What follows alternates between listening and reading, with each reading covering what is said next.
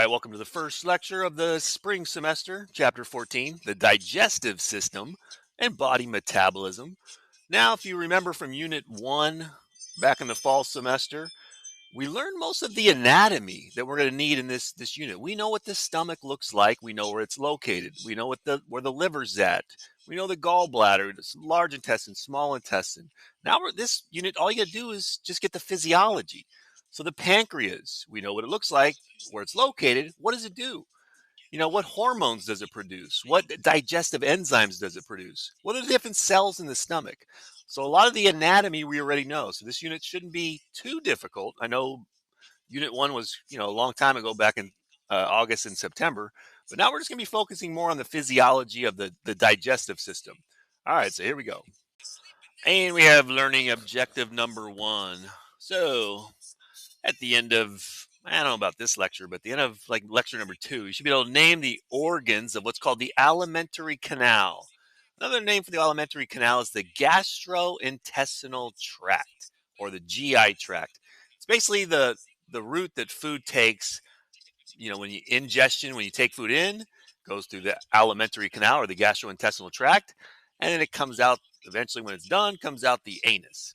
So that's from mouth to the anus. That's the entire gastrointestinal tract. And the accessory organs. So there's accessory organs along the way that help out in digestion.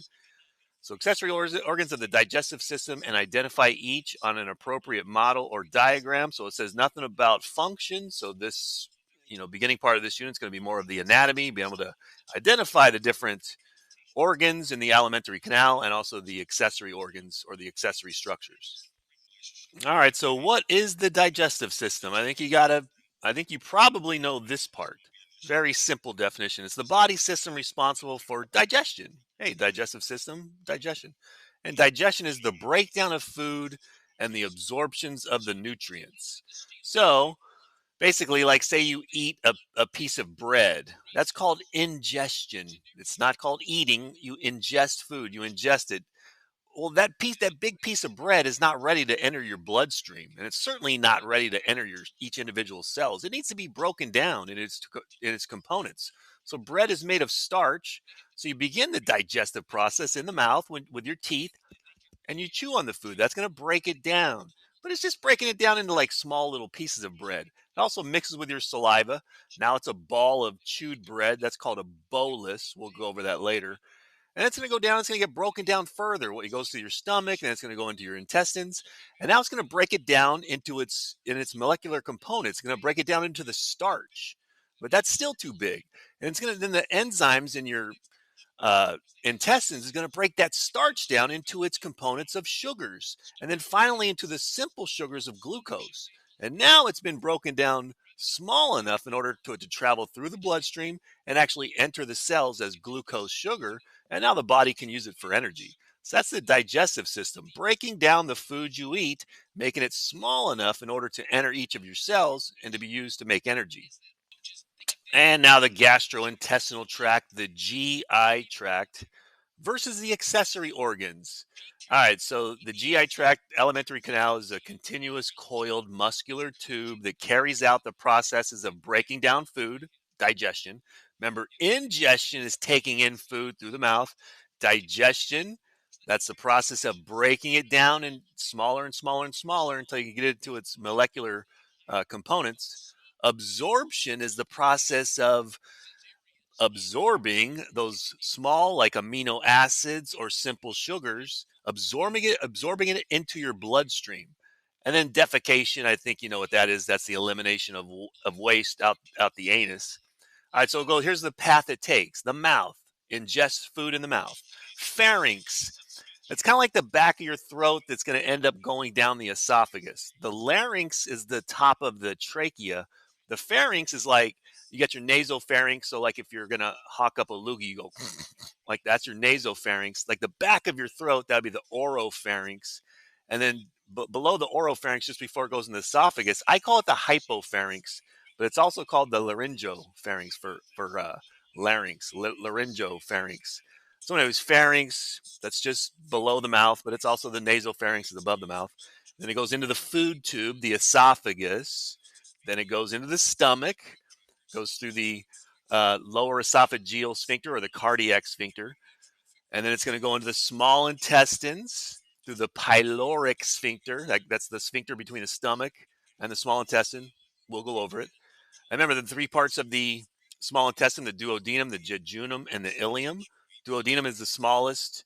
Jejunum is where most absorption occurs in the jejunum. Ileum is the longest.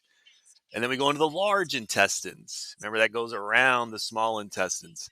And remember, the parts of the large intestine, also called the colon, you have the cecum. So that's where, when it goes from the small intestine to the large intestine, the last part of the small intestine is the ileum. The first part of the large intestine is the cecum. So that little valve between the small and large intestine is called the ileocecal valve. Ileum, cecum. So cecum's first, and the food goes up. Whenever you're going up, whether you're in an airplane or whatever, you're ascending. So the food's going up, ascending colon.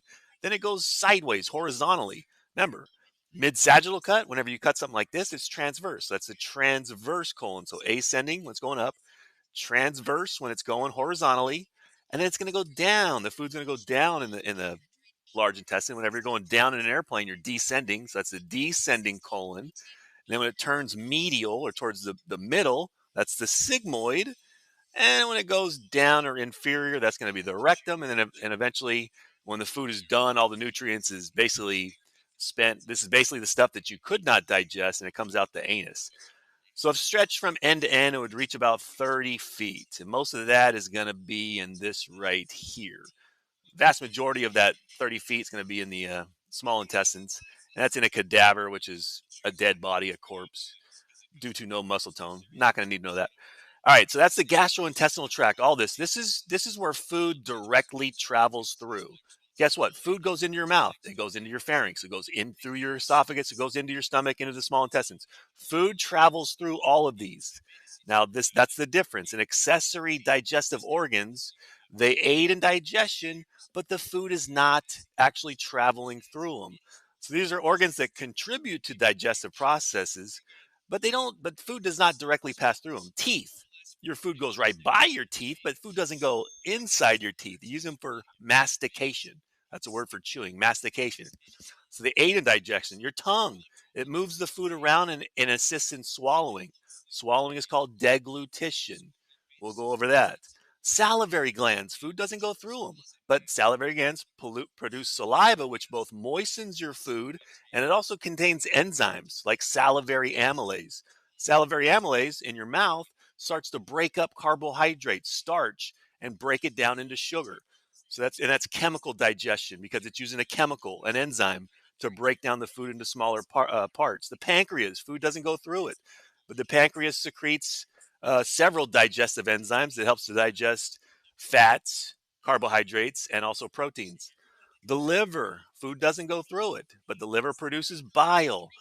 Bile gets transported to the gallbladder, which stores the bile. It gets released into the duodenum of the small intestine, and that helps to emulsify or help to break down fats or lipids. And in the gallbladder, I said that. So the liver makes the bile. It's also called gall. It used to be called gall. That's why it's called the gallbladder. And the gallbladder stores the bile, and then it's going to release that into the duodenum, and that's going to help to break down or emulsify fats or lipids.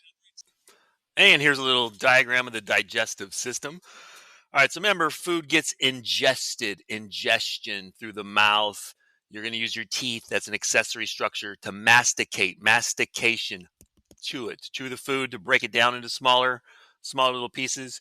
Here are your salivary glands, your sublingual because it's below your tongue, submandibular because it's below your mandible, and here's your parotid salivary glands that release saliva, which helps to moisten the food, which is once you chew it and it mixes with saliva, now it's no longer food. Now it's called a bolus, bolus. So it's going to go in your oral cavity, gets mixed with the saliva. That's going to go down the esophagus, past the upper esophageal sphincter. It's going to be moved what's peristalsis. So you can even be standing on your head. You can stand on your head. That food's still going to go down because peristalsis is wave-like muscle contractions in your esophagus that actually pushes the food down your esophagus. So like I said, you can stand on your head. It's not, gravity's not going to make it go back up. It's still going to go down through peristalsis. Doesn't go through the liver, but travels by the liver, past the lower esophageal or cardiac sphincter, and then into the stomach. And then once the bolus, remember a chewed ball of food and saliva mixed together is called a bolus. Once it reaches the stomach, it's going to be mixed. There's cells in the stomach called chief cells. They excrete what's called pepsinogen, which is inactive enzyme. And then you have other cells called parietal cells. They release hydrochloric acid. When the hydrochloric acid, HCl, mixes with the pepsinogen, it turns into the active enzyme, which is called pepsin. And pepsin helps to break down all the proteins that you eat. So the food's going to get sloshed around by the muscularis layer. We're going to go over that later. So it's going to be muscle contractions. It's going to mix the food all around. The food will then exit through the pyloric sphincter, which is the boundary between the stomach and the duodenum. It's like a little valve that opens and closes. So when a hormone is released called gastrin, it opens up the pyloric sphincter, which allows food to exit the stomach and enter the duodenum, the first part of the small intestine. Now it's no longer a bolus. Once it's traveled through the stomach, now it's like a slimy, kind of a slurry, kind of like a milkshake, and now it's called chyme, Chyme. Now, once the chyme, Chyme, enters the duodenum, the first part of the small intestine, the duodenum is going to release some hormones. One of them is called cholecystokinin, or CCK, and it also releases a hormone called secretin. Both those together, the CCK is what stimulates the gallbladder, an accessory organ, to release the bile into the duodenum. Remember, the bile is what's going to emulsify or help to break down fats or lipids. The secretin is going to stimulate the pancreas right here, another accessory structure, accessory organ. It's going to cause it to release bicarbonate into the duodenum because this chyme is highly acidic. It's full of hydrochloric acid. Without bicarbonate, it's going to be too acidic. It's going to burn a hole through your small intestine. So that bicarbonate neutralizes the acid. And it also helps or initiates the pancreas to secrete its digestive enzymes. It's got three that helps to break down proteins: trypsin, chymotrypsin, and carboxypeptidase. You going to remember those in 30 seconds? No. But at the end of this unit, hopefully you'll know them. It also secretes pancreatic amylase. That's to help to break down carbohydrates, like starch. It also secretes pancreatic lipase. I say lipase, some people say lipase. I like lipase better because it breaks down lipids or fats. After the chyme, Chyme, exits the duodenum, it's going to enter the second part of the small intestine called the jejunum, which is basically all of this region up in here, the top part of the small intestine. I don't know exactly where it ends. This is the jejunum. And there's no sphincter between the duodenum and the jejunum. So there's no little valve that opens and closes, at least none that I'm aware of. And then following the jejunum, it's going to enter the ileum, the last part of the small intestine, which is basically the bottom part. So it's going to go through here. Now, this food is not only is it move through peristalsis, wave-like muscle movements that keeps it moving. There's also wave-like movements within the small intestine called segmentation. And that's where it kind of makes it go back and forth, to kind of slosh it together. And it also makes it stay there long enough so that all the nutrients can be absorbed. So peristalsis is the wave-like contractions that keeps food moving along through the GI or gastrointestinal tract, where segmentation is like movements that kind of get it to slosh back and forth for a while. So it makes it stay there longer so more nutrients can be absorbed. And remember, when it's going to enter the large intestine, the last part is the ileum of the small intestine. The first part of the large intestine is the cecum. So it's going to go through the ileocecal valve right here to enter the cecum, the first part of the large intestine. Now, since the food or chyme has traveled the entire length of the small intestine, greater than 90% of absorption and digestion has occurred. So now it's entering the large intestine. This is basically just preparing it, preparing the feces to exit the body through the anus. So remember, it goes into the cecum. So this is very little digestion and absorption is occurring here. Over 90% of it occurs in the small intestine. So then there's the cecum. Remember, it's going up, ascending colon, transverse colon, descending colon, sigmoid colon, and rectum. And some organs of the mouth and oral cavity. So labia, those are the lips. Hard palate. So if you use your tongue and you kind of poke the front part of the roof of your mouth, it's going to feel hard because there's a bone there, the palatine bone and the maxilla bone, which makes up the hard palate. Now, if you poke your tongue a little further back, it's going to feel soft. That's the soft palate. And you also have this little thing where if you go it's like a little boxing, a little punching bag. You can see it right here. That's called the uvula. Everybody's seen that. And that's for when you swallow. Well, first you mastication, chewing, using your teeth, mix it with saliva. It's now a bolus. When you swallow it, which is called deglutition, not swallowing now, it's deglutition. The uvula is going to swing up and it's going to block the oropharynx. So it's going to keep food or drink from going up into come out your nose. It's going to make it go down and into your esophagus. It's not shown here. Well, it's shown here, but it's not listed here. Remember, we also have the epiglottis right here. So when during deglutition, swallowing, this is going to flap. This is going to swing down. It's going to cover the trachea. So food doesn't go down your windpipe, your trachea into your lungs. It's going to do no good there. So it forces the food to go down the esophagus and towards the stomach. All right, so now the four tissue layers that make up the gastrointestinal tract or GI tract. Remember, that's also called the alimentary canal. All right, so we're going to start on the very inside. There's this space here called the lumen. That's where the food is going to travel through. Remember, when you ingest food, ingestion, you put food in your mouth, you chew it up, you mix it with saliva. Once you swallow it, that's now called a bolus. And that bolus, once it exits the stomach, now it's no longer a bolus, now it's called chyme. So the food or the chyme or the bolus is going to travel through this tube called the lumen. And then we're going to be moving out. So the first layer you're going to get to that lines the lumen is called the mucosa or the mucosal layer. You can see it's made of three distinct layers. It's got a layer of cells on the very inside lining the lumen. And it's got a layer of connective tissue. And it's got a layer of muscle fibers around that. So that's called the mucosa or the mucosal layer. All right, now moving further away from the space, the lumen, you're going to reach what's called the submucosal layer, a band of connective tissue right here. Go over it in more detail in another slide. Continue to move out, you're going to get the muscularis layer. This one right here, this part of the GI tract has two layers. So it's got a circular band of muscles going this way. So it goes like around, could be like the small intestines. It also has a longitudinal band just on top of that, and that's going to go the same direction that the gastrointestinal or GI tract is moving. Now, I know this isn't the stomach because the stomach's going to have three different layers of muscles. It's got a circular layer, it's got a longitudinal layer, but what makes it different, it's also got an oblique layer that runs like diagonally to the direction of the way the food is moving. And I just noticed something. So this obviously isn't the stomach because it's got only two bands of muscles, circular and longitudinal. But there is something in here that tells me exactly where in the GI tract this is. And it's this word right here, mesentery.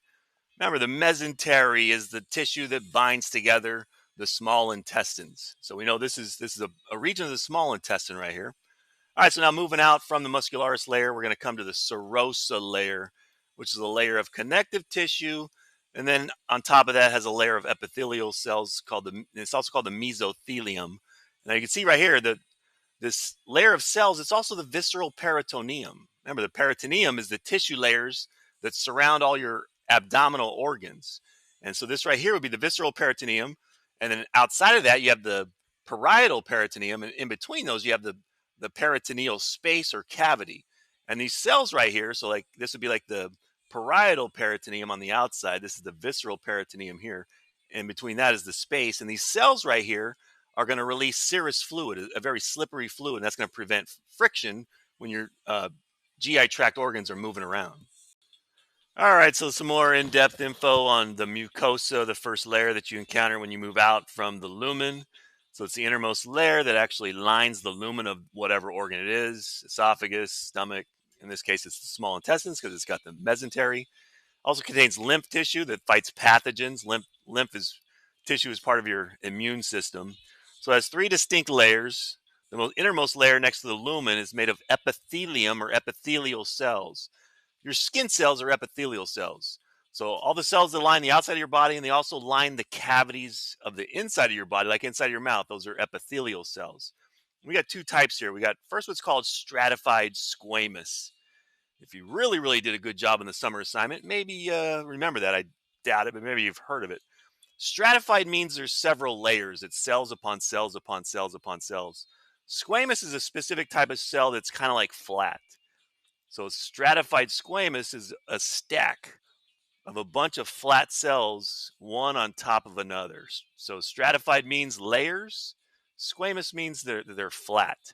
The other type is simple columnar. Simple means it's not multiple layers of cells on top of each other. It means it's just one layer. And columnar means it's kind of got a shape, kind of like a column. And then some of these guys have little hairs on the top, what are called cilia. So these would be ciliated, simple columnar cells.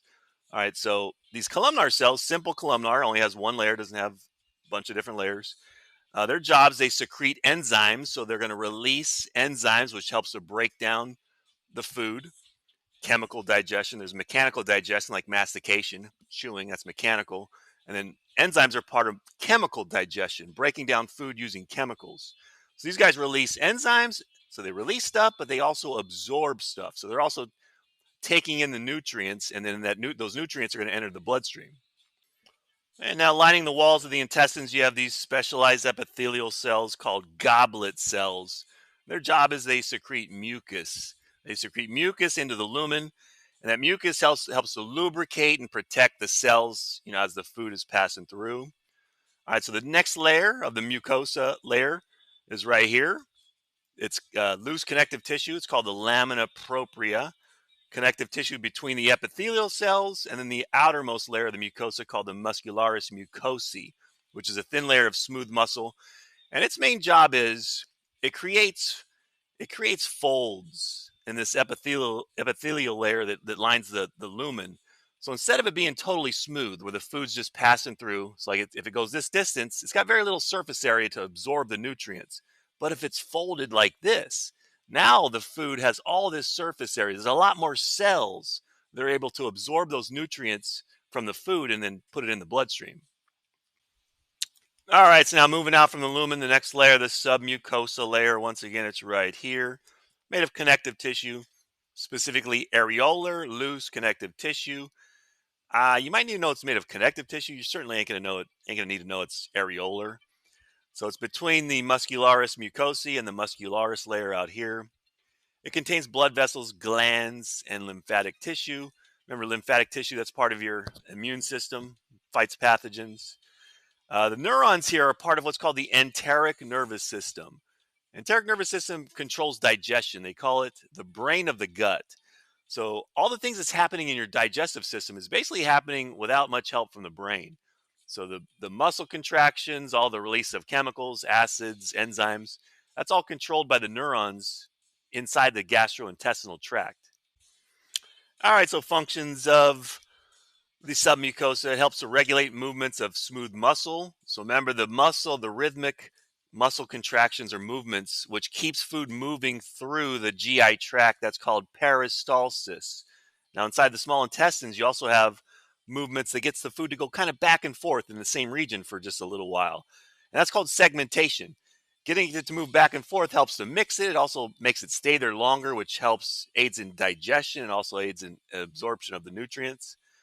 Blood and lymph vessels are going to absorb the tiny little food molecules. So once your food is, you eat something, say you eat a steak, it's got protein, it's got fat. It's going to break the protein, chop it up mechanically and chemically into its components, which are amino acids. And now those amino acids can be absorbed into the bloodstream, and the fats are going to get broken down into fatty acids and glycerol. And now those can be absorbed in your lymph vessels.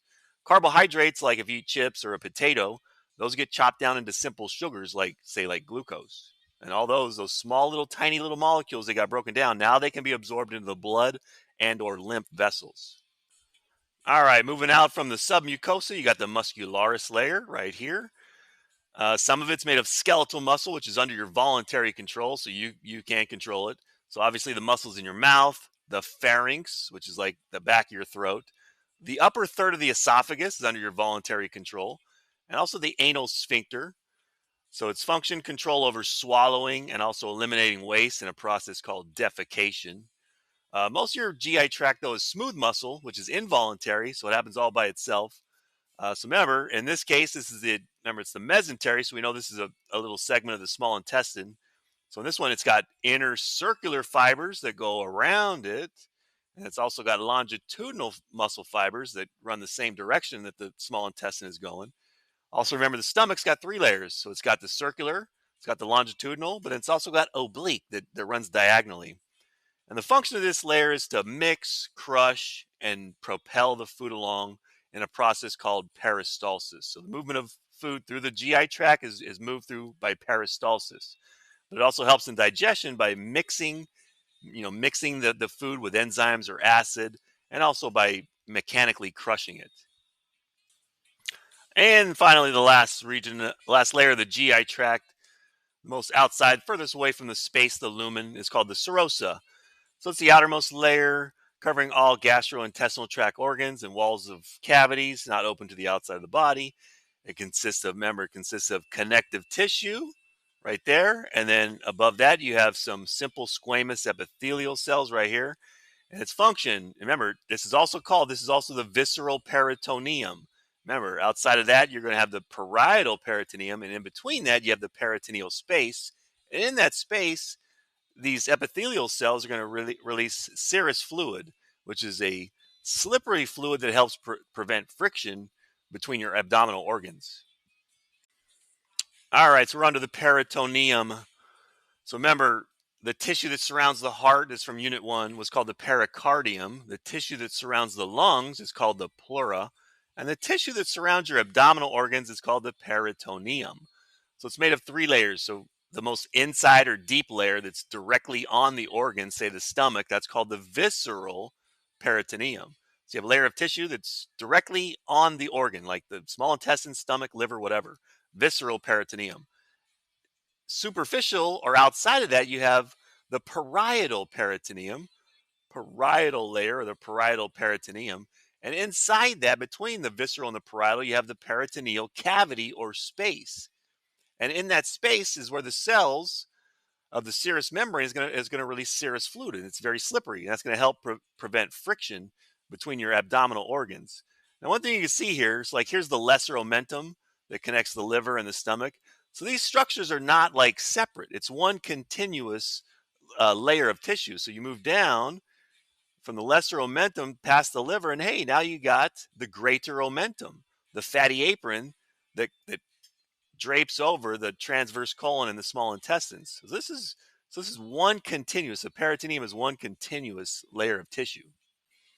All right, so now different parts of the peritoneum. First one's called the greater omentum. We went over this in Unit 1. I don't know if it's in our current lab. That's the fatty apron that's going to drape over the transverse colon, the part of the large intestine that's going horizontally. Also drapes over the small intestines, made of adipose tissue, so that's fat. Contains lymph nodes and macrophages. These are cells that basically engulf cell invaders like, say, bacteria. You also have the lesser omentum. It's the fatty tissue below the liver, and it anchors the liver with the stomach. Also contains macrophages, that part of the immune system. The mesentery, the tissue that binds together the small intestines. So the small intestines aren't just flopping all over everywhere. They're actually connected together with the mesentery. And then you have the mesocolon, and that's what holds the large intestines in place. All right, now the last slide.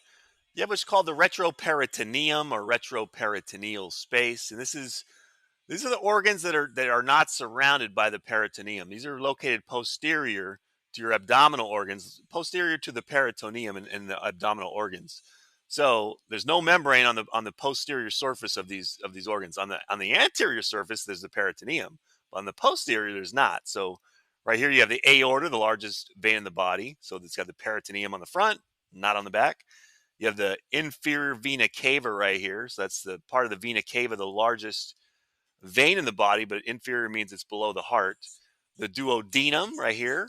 So the front of the duodenum, the first part of the small intestines, has the peritoneum, but the posterior side does not. The pancreas, which would be right here, the kidneys, and the ureters. So the ureters, remember, those are the tubes that go from your kidneys to the urinary bladder. Uh, so the kidneys filter out your blood, form urine, and then urine is transported to your urinary bladder through the ureters. So the retroperitoneum is all the organs that are located posterior or behind the peritoneum. All right, thanks for watching, and I'll see you in lecture number 2.